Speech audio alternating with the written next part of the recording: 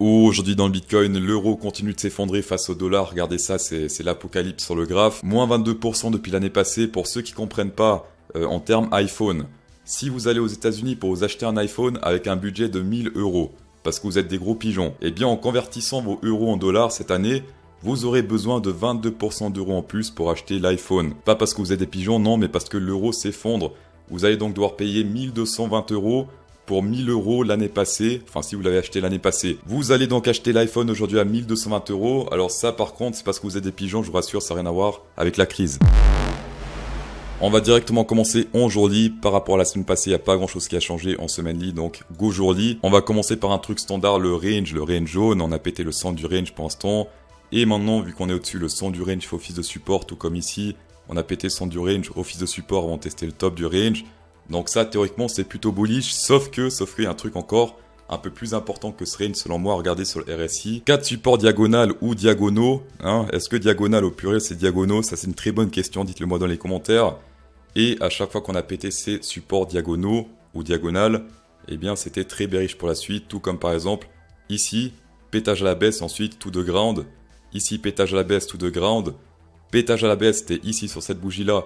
Et ensuite, tout de ground, d'accord, sur pas mal de jours. Pour l'instant, si on clôture ainsi, ça sera nouveau un cassage à la baisse du support suivant sur le RSI. Et dans ce cas également, comme les 3 fois précédentes, to the ground. Alors attention, là on se base sur 3 backtests, c'est bien, mais c'est pas l'excellence non plus. On peut, si on pousse un peu, si on tire par les cheveux, on peut prendre en compte celui-ci également, qui est également un peu diagonal, et après on se pète la gueule à la baisse. C'était lequel? Non, c'était ici, voilà, on se pète la gueule à la baisse. Donc on peut dire qu'on a 4 backtests, mais celui-là, vu que je suis humble, on va le virer parce que lui n'est pas similaire à tout cela. Alors là, les ordres, c'est compliqué, d'accord? On a pas mal d'ordres jusqu'à 18 000, donc beaucoup de thunes à se faire pour les exchanges à la baisse. On a également la haute jusqu'à 20 500, mais ensuite plus grand chose.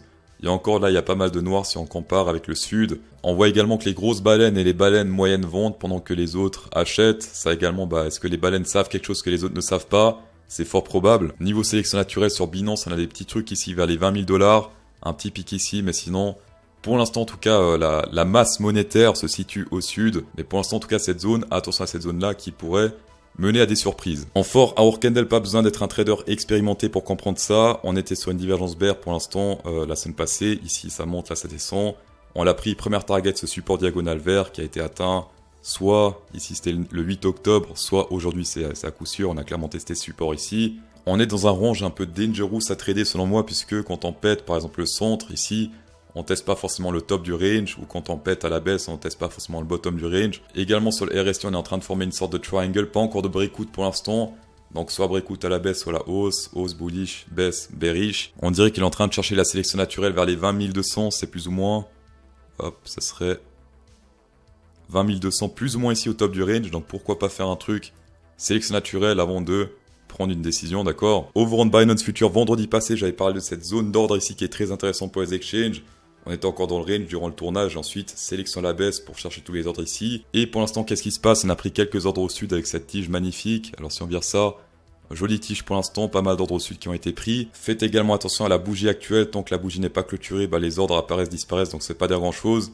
Il faut plus s'inspirer des ordres précédents, et pour l'instant, légèrement à la baisse, mais également à la hausse. Donc là, c'est un peu indécis, alors que là, c'était plutôt clair. Si vous êtes un trader expérimenté, grâce à mes partenaires en description, je peux vous offrir jusqu'à 9113 $, c'est magnifique. Over on Binance, 4450 plus 0 frais de spot. 0 frais de spot, c'est magnifique pour ceux qui veulent recharger sur long terme. Donc vous payez que dalle en spot. Vous avez 4163 sur BitGet avec 15% de trading fees au rabais. Et sur Binance, 500 Binance. On va passer au round Ethereum, on reteste les nerfs des boules avec ce gros support ici. On reteste, on pète pas. Ça fait 6 fois qu'on reteste ce niveau sans le péter. Attention, plus on reteste un niveau, plus il y a des chances qu'on pète le niveau. On a également l'EMA 20 qui fait très chier puisqu'on n'arrive plus à la péter. Retest de l'EMA 20, rejet. Et là pour l'instant, est-ce qu'il a retesté? Non, même pas. Il arrive même plus à retester. Donc là, très attention à l'EMA 20. Je pense que ça joue ici pour les heures qui vont suivre, ou les jours plutôt qui vont suivre, parce qu'on a l'EMA 20.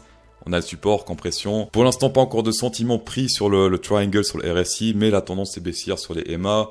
Totalement baissière, donc on cherche forcément des entrées bear. On a également le Volatility Index qui est en train de se recharger à fond ici, au vent Ethereum aujourd'hui.